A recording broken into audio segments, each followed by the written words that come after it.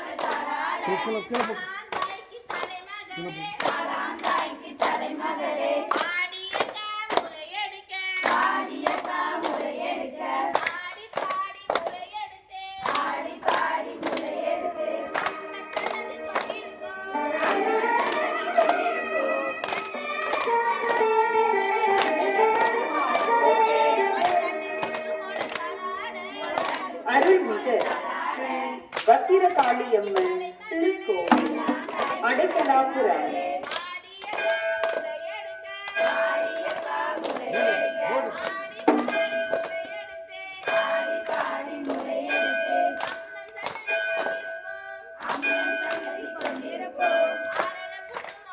நேரம் இரவு 9 மணி.